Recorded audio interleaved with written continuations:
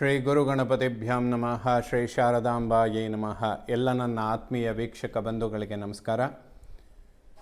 ವೀಕ್ಷಕರೇ, ಶ್ರೀ ವಿಶ್ವಾವಸುನಾಮ ಸಂವತ್ಸರ ಉತ್ತರಾಯಣ ವಸಂತ ಋತು ವೈಶಾಖ ಮಾಸ ಮೇ ತಿಂಗಳ ಮಾಸ ಭವಿಷ್ಯಗಳನ್ನು ತಿಳ್ಕೊಳ್ಳೋಣ.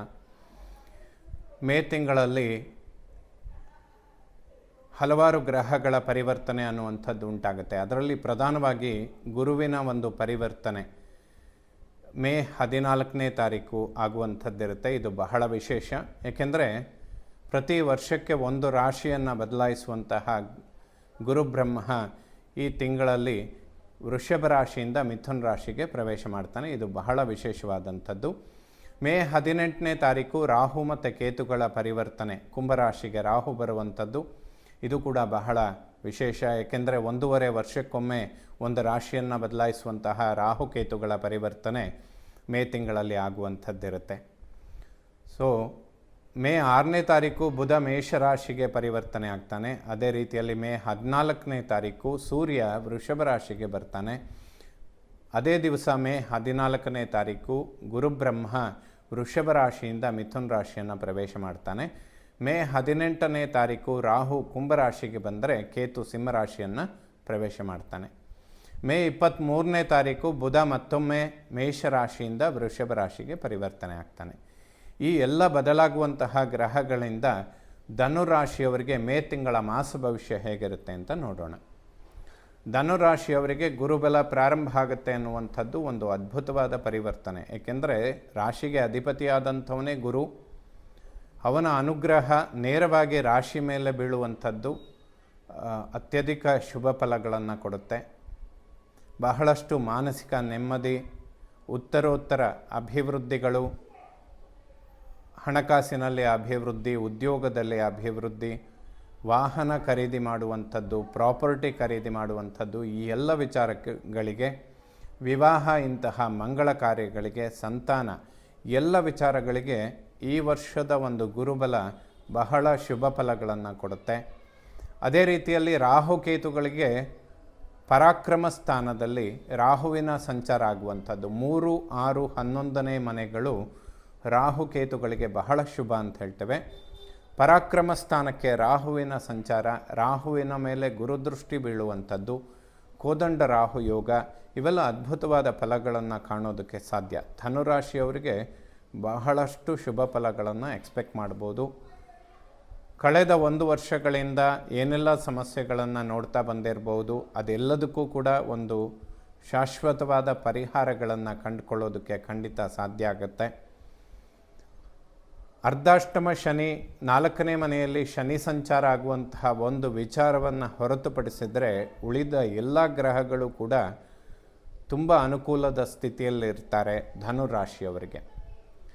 ಅದರಲ್ಲೂ ಶನಿ ಒಬ್ಬ ಪಾಪಗ್ರಹವಾಗಿ ಅವನಿಗೆ ಕೇಂದ್ರ ಸ್ಥಾನ ಶುಭ ಅಂತಲೇ ಹೇಳ್ತೇವೆ. ಅಂದರೆ 1, 4, 7, 10 ಕೇಂದ್ರದಲ್ಲಿ ಪಾಪಗ್ರಹಗಳಿದ್ದರೆ ಶುಭ ಫಲಗಳನ್ನೇ ಕೊಡ್ತಾರೆ ಅಂತ ಹೇಳ್ತಾರೆ. ಆ ನಿಟ್ಟಿನಲ್ಲಿ ಧನುರಾಶಿಯವರಿಗೆ ಮುಂದಿನ ದಿನಗಳಲ್ಲಿ 9 ಗ್ರಹಗಳ ಬಹಳಷ್ಟು ಶುಭ ಫಲಗಳನ್ನು ಕಾಣೋದಕ್ಕೆ ಸಾಧ್ಯವಾಗುತ್ತೆ. ಅನುಕೂಲಗಳನ್ನು ನೋಡ್ತೀರ. ಸೊ ಪ್ರಯತ್ನಗಳನ್ನು ಹೆಚ್ಚಿಸ್ಕೊಂಡ್ರೆ ಬಹಳ ಶುಭ. ಆರೋಗ್ಯದ ವಿಚಾರಗಳಿಗೆ ಯಾವುದೇ ಸಮಸ್ಯೆಗಳಿದ್ದರೂ ಕೂಡ ಈಗ ಅದೆಲ್ಲ ಪರಿಹಾರ ಆಗುವಂತಹ ಸಮಯ. ಬಹಳಷ್ಟು ಆರೋಗ್ಯದಲ್ಲಿ ಅಭಿವೃದ್ಧಿ, ಮಾನಸಿಕ ನೆಮ್ಮದಿ, ಇದೆರಡನ್ನೂ ಕೂಡ ಕಾಣೋದಕ್ಕೆ ಸಾಧ್ಯ ಆಗುತ್ತೆ. ದ್ವಿತೀಯ ಕುಟುಂಬ, ವಾಕ್ಸ್ಥಾನ, ಧನಸ್ಥಾನ, ದ್ವಿತೀಯಾಧಿಪತಿ ಶನಿ 4ಥ ಭಾವದಲ್ಲಿರ್ತಾನೆ. ಜನ್ಮರಾಶಿಯ ಮೇಲೆ ಶನಿ ದೃಷ್ಟಿ ಅನ್ನುವಂಥದ್ದು ಬೀಳ್ತಾ ಇರುತ್ತೆ. ಸೊ ಕುಟುಂಬದಲ್ಲಿ ಸೌಖ್ಯ, ನೆಮ್ಮದಿ ಇದೆಲ್ಲ ಕಾಣೋದಕ್ಕೆ ಸಾಧ್ಯ. ಅಷ್ಟಮದಲ್ಲಿರುವಂತಹ ಕುಜನ ದೃಷ್ಟಿ ವಾಕ್ಸ್ಥಾನದ ಮೇಲೆ ಬೀಳುತ್ತೆ. ಯಾವುದೇ ವಾಗ್ವಾದಗಳನ್ನು ಮಾಡದೇ ಇದ್ದರೆ ತುಂಬ ಉತ್ತಮ. ಏಕೆಂದರೆ ಅನವಶ್ಯಕ ಅಷ್ಟಮ ಕುಜದೋಷ ಅನ್ನುವಂಥದ್ದು ನೇರವಾಗಿ ವಾಕ್ಯಗಳನ್ನು ನಿಷ್ಠೂರ ಮಾಡೋದಕ್ಕೆ ಕಾರಣ ಆಗುತ್ತೆ. ಯಾವುದಾದ್ರೂ ವಸ್ತ್ರ, ಆಭರಣ, ವಾಹನ ಖರೀದಿಯ ವಿಚಾರಗಳಿಗೆ ಧನವ್ಯಯ ಆಗುವಂತಹ ಸಂದರ್ಭಗಳು ಹೆಚ್ಚಾಗಿರುತ್ತೆ. ಅಷ್ಟಮ ಕುಜ, ಅವನ ನೀಚ ಕ್ಷೇತ್ರದಲ್ಲಿರುವ ಕುಜನ ದೃಷ್ಟಿ ವಾಕ್ಸ್ಥಾನ ಮತ್ತು ಧನಸ್ಥಾನದ ಮೇಲೆ ಬೀಳುವಂಥದ್ದಿರುತ್ತೆ. ಸೊ ಈ ಎಲ್ಲ ವಿಚಾರಗಳ ಬಗ್ಗೆ ಸ್ವಲ್ಪ ಈ ಮಾಸಗಳಲ್ಲಿ, ಅಂದರೆ ಜೂನ್ 6ರ ತನಕ ಕುಜ ಅಷ್ಟಮದಲ್ಲೇ ಇರ್ತಾನೆ. ಅವನ ಪ್ರಭಾವಗಳು ಸ್ವಲ್ಪ ಹೆಚ್ಚಾಗಿರುತ್ತೆ. ಲಕ್ಷ್ಮೀ ನರಸಿಂಹನ ಸ್ತೋತ್ರಗಳನ್ನು ಪಠನೆ ಮಾಡಿ, ಲಕ್ಷ್ಮೀ ನರಸಿಂಹನ ದರ್ಶನ ಮಾಡಿ, ಪಂಚಾಮೃತ ಅಭಿಷೇಕ ಈ ಸೇವೆಗಳನ್ನು ತಿಂಗಳಿಗೆ ಒಮ್ಮೆ ಮಾಡಿದರೆ ಖಂಡಿತ ಅನುಕೂಲಗಳು ಉಂಟಾಗುತ್ತೆ. ವಾಕ್ಯಗಳನ್ನು ಸೌಮ್ಯ ಮಾಡಿಕೊಳ್ಳುವಂಥದ್ದು ಸೂಕ್ತ. 3ನೇ ಮನೆಯನ್ನು ಒಡಹುಟ್ಟು ಸೋದರ ಪರಾಕ್ರಮ ಸ್ಥಾನ, ಸ್ಥಾನಾಧಿಪತಿ ಶನಿ 4ನೇ ಮನೆಯಲ್ಲಿರ್ತಾನೆ, ಸುಖಸ್ಥಾನದಲ್ಲಿರ್ತಾನೆ. 3ನೇ ಮನೆಯಲ್ಲಿ ರಾಹುವಿನ ಸಂಚಾರ ಆಗುತ್ತೆ. ಒಡಹುಟ್ಟುಗಳಿಗೆ ಒಬ್ಬರಿಂದ ಒಬ್ಬರಿಗೆ ಅನುಕೂಲಗಳನ್ನು ಖಂಡಿತ ಎಕ್ಸ್ಪೆಕ್ಟ್ ಮಾಡ್ಬೋದು. ಜೂನ್ 6ರ ತನಕ ಒಡಹುಟ್ಟುಗಳಲ್ಲಿ ಅಣ್ಣ ತಮ್ಮಂದಿರಿದ್ದರೆ ಸ್ವಲ್ಪ ಆರೋಗ್ಯದಲ್ಲಿ ಸಮಸ್ಯೆಗಳು ಉಂಟಾಗೋದಕ್ಕೆ ಕಾರಣಗಳಿರುತ್ತೆ. ಏಕೆಂದರೆ 3ರಲ್ಲಿ ರಾಹು ಇರ್ತಾನೆ, ಕುಜ ಅಷ್ಟಮದಿಂದ ಅವನನ್ನು ವೀಕ್ಷಣೆ ಮಾಡ್ತಾನೆ. ಜೂನ್ 6ರ ತನಕ ಒಡಹುಟ್ಟುಗಳಿಗೆ ಆರೋಗ್ಯದ ಬಗ್ಗೆ, ಅದರಲ್ಲೂ ಕೂಡ ಅಣ್ಣ ತಮ್ಮಂದರ ಆರೋಗ್ಯದ ವಿಚಾರಗಳಲ್ಲಿ ಲಕ್ಷ್ಮೀ ನರಸಿಂಹ ಮತ್ತು ಸುಬ್ರಹ್ಮಣ್ಯನ ಸ್ತೋತ್ರಗಳನ್ನು ಪಠನೆ ಮಾಡಿದರೆ ಖಂಡಿತ ಶುಭ ಆಗುತ್ತೆ. ಯಾವುದೇ ಹಣಕಾಸಿನ ಅಭಿವೃದ್ಧಿಗಳಿಗೆ ಹಿನ್ನಡೆ ಆಗೋದಿಲ್ಲ. ಬ್ಯಾಂಕ್ ಲೋನ್ಗಳನ್ನು ಎಕ್ಸ್ಪೆಕ್ಟ್ ಮಾಡಿದರೆ ಸಮಯಕ್ಕೆ ಸರಿಯಾಗಿ ಸಿಗುತ್ತೆ. ಅದರಿಂದ ಅತಿ ಹೆಚ್ಚಿನ ಫಲಗಳನ್ನು ಪಡೆಯೋದಕ್ಕೆ ಸಾಧ್ಯ. ಯಾವುದೇ ಇನ್ವೆಸ್ಟ್ಮೆಂಟ್, ಸ್ವಂತ ವ್ಯವಹಾರ, ಬಿಸ್ನೆಸ್, ಉದ್ಯೋಗ ಇವೆಲ್ಲ ಅಭಿವೃದ್ಧಿ ಆಗುವಂತಹ ಸಮಯ ಇದಾಗಿರುತ್ತೆ. 4ನೇ ಮನೆ ವಿದ್ಯೆ, ಮಾತೃ, ವಾಹನ, ಸುಖ, ಪ್ರಾಪರ್ಟಿ ಅಂತ ಹೇಳ್ತೇವೆ. 4ರಲ್ಲಿ ಶನಿ ಸಂಚಾರ ವಿದ್ಯಾರ್ಜನೆ ಮಾಡುವಂತಹ ಮಕ್ಕಳಿಗೆ ಸ್ವಲ್ಪ ಮಂದಗತಿಯಲ್ಲಿ ಸಾಗುವಂತಹ ಸಂದರ್ಭಗಳು ಹೆಚ್ಚಾಗಿರುತ್ತೆ. ಜೊತೆಗೆ ಕುಜನು ಕೂಡ ಜೂನ್ 6ರ ತನಕ ಪಂಚಮಾಧಿಪತಿಯಾಗಿ ಅಷ್ಟಮದಲ್ಲಿರ್ತಾನೆ. ಅಂದರೆ ಸಂತಾನ ಸ್ಥಾನಾಧಿಪತಿ ಅಷ್ಟಮದಲ್ಲಿದ್ದು ಸುಖಸ್ಥಾನದಲ್ಲಿ ಶನಿ ಸಂಚಾರ, ಇದೆರಡು ಮಕ್ಕಳ ಆರೋಗ್ಯ ಮತ್ತು ವಿದ್ಯಾಭ್ಯಾಸಕ್ಕೆ ಸ್ವಲ್ಪ ಹಿನ್ನಡೆಗಳನ್ನು ಕೊಡುತ್ತೆ. ಆಂಜನೇಯ ಮತ್ತು ರಾಮನ ಆರಾಧನೆ, ದರ್ಶನ, ಸ್ತೋತ್ರಗಳನ್ನು ಪಠನೆ ಮಾಡುವಂಥದ್ದು ಬಹಳಷ್ಟು ಒಳಿತನ್ನು ಮಾಡುತ್ತೆ. ವಾಹನ ಚಾಲನೆ ಮಾಡುವಂತಹ ವಿಚಾರಗಳಲ್ಲಿ ಬಹಳಷ್ಟು ಮುನ್ನೆಚ್ಚರಿಕೆಗಳ ಅವಶ್ಯಕತೆಗಳಿರುತ್ತೆ. ಜೂನ್ 6ರ ತನಕ ಧನುರಾಶಿಯವರಿಗೆ ಇದನ್ನು ಗಮನಿಸ್ಕೊಳ್ಳುವಂಥದ್ದು ಖಂಡಿತ ಸೂಕ್ತ. ಗುರುಬಲ ಬಂದ ನಂತರ ಯಾವುದೇ ಹೆಚ್ಚಿನ ತೊಂದರೆಗಳಾಗುವುದಿಲ್ಲ. ಸ್ವಲ್ಪ ವಾಹನಕ್ಕೆ ಸಂಬಂಧಪಟ್ಟಂತೆ ಖರ್ಚು ವೆಚ್ಚಗಳು ಜಾಸ್ತಿ ಆಗುವಂತಹ ಸಂದರ್ಭಗಳು ಹೆಚ್ಚಾಗಿ ಧನುರಾಶಿಯವರಿಗೆ ಇರುತ್ತೆ. ಮತ್ತು ಯಾವುದಾದ್ರೂ ಪ್ರಾಪರ್ಟಿ ಅಥವಾ ವಾಹನ ಖರೀದಿ ಮಾಡಬೇಕು ಅನ್ನುವಂಥ ವಿಚಾರಗಳಿದ್ದರೆ ಜೂನ್ 6ರ ನಂತರದಲ್ಲಿ ಮಾಡಿಕೊಳ್ಳುವಂಥದ್ದು ಧನುರಾಶಿಯವರಿಗೆ ಸೂಕ್ತ ಆಗುತ್ತೆ. ಅಲ್ಲಿ ತನಕ ಸ್ವಲ್ಪ ವೆಯ್ಟ್ ಮಾಡಿದರೆ ಖಂಡಿತ ಶುಭ. ತಾಯಿಯ ಆರೋಗ್ಯದ ಬಗ್ಗೆ ಹೆಚ್ಚಿನ ಗಮನಗಳನ್ನು ಕೊಡಬೇಕು. ಸ್ನಾಯುಗಳು ಮತ್ತು ನರಗಳಿಗೆ ಸಂಬಂಧಪಡುವಂಥ ಆರೋಗ್ಯದ ಸಮಸ್ಯೆಗಳು ಬಾಧಿಸೋದಕ್ಕೆ ಸ್ವಲ್ಪ ಶನಿ ಕಾರಣನಾಗ್ತಾನೆ. ಇದೆಲ್ಲ ತತ್ಕಾಲದಲ್ಲಿ ಈಗ ಗುರುಬಲ ಪ್ರಾರಂಭ ಆದ ನಂತರದಲ್ಲಿ ಆ ಸಮಸ್ಯೆಗಳಿಗೆ ಗುರುವಿನಿಂದ ಒಂದು ಪರಿಹಾರ ಅನ್ನುವಂಥದ್ದು ಖಂಡಿತ ಸಿಗುತ್ತೆ. ಏಕೆಂದರೆ ಜನ್ಮರಾಶಿ ಅಂತ ಹೇಳಿದರೆ ಚಂದ್ರ ಮಾತೃಕಾರಕ ಧನುರಾಶಿಯಲ್ಲೇ ಇರ್ತಾನೆ, ಅವನ ಮೇಲೆ ಗುರುದೃಷ್ಟಿ ಬೀಳ್ತಾ ಇರುತ್ತೆ. ಇವೆಲ್ಲ ಆರೋಗ್ಯಕ್ಕೆ ಬಹಳಷ್ಟು ಅಭಿವೃದ್ಧಿಗಳನ್ನು ಕೊಡುತ್ತೆ. ಆದರೂ ಕೂಡ ಅರ್ಧಾಷ್ಟಮ ಶನಿಯ ಪ್ರಭಾವಗಳು ಸ್ನಾಯುಗಳು ಮತ್ತು ನರಗಳಿಗೆ ಸಂಬಂಧಪಡುವ ಆರೋಗ್ಯದ ವಿಚಾರಗಳಿಗೆ ನೇರವಾಗಿ ಸಂಬಂಧಪಡುತ್ತೆ.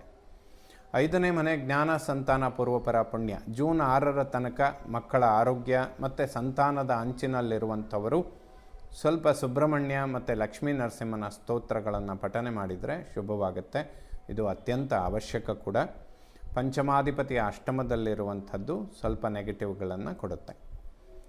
ಷಷ್ಠಭಾವವನ್ನು ಶತ್ರು, ಋಣ, ರೋಗಸ್ಥಾನ. ಷಷ್ಠಾಧಿಪತಿ ಶುಕ್ರ ಉಚ್ಚ ಕ್ಷೇತ್ರದಲ್ಲಿದ್ದಾನೆ. ಯಾವುದೇ ಶತ್ರುಬಾಧೆಗಳಿರುವುದಿಲ್ಲ. ಶುಕ್ರನ ಒಂದು ಪ್ರಭಾವಗಳು ಹೆಚ್ಚಾಗಿ ಅನುಕೂಲಗಳನ್ನು ಮಾಡಿಕೊಡುತ್ತೆ. ಲಾಭಾಧಿಪತಿ ಶುಕ್ರ ಸುಖಸ್ಥಾನದಲ್ಲಿ ಉಚ್ಚನಾಗಿದ್ದರೆ ಅತಿಶಯವಾದ ಲಾಭಗಳನ್ನು ಕೊಡ್ತಾನೆ. ಯಾವುದೇ ಪಾರ್ಟ್ನರ್ಶಿಪ್ ವ್ಯವಹಾರ ಖಂಡಿತ ಅಭಿವೃದ್ಧಿಗಳನ್ನು ಕೊಡುತ್ತೆ. ಸ್ನೇಹಿತರು ಒಬ್ಬರಿಂದ ಒಬ್ಬರಿಗೆ ಅನುಕೂಲಗಳು ಖಂಡಿತವಾಗಲೂ ಉಂಟಾಗುತ್ತೆ.